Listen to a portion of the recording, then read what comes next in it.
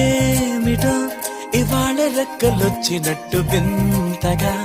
ఆకాశమంచు తాకుతున్న గుండెనే కొరుక్కు తిన్న కళ్ళు చూసినంతనే మనస్సు నవ్వే మొదటిసారి ఏం మార్పిది ఎడారి ఎండ మావి ఉప్పెనై ఉంచెనే కలే కాదుగా నీ వల్లనే భరించలేని తీపి బాధలే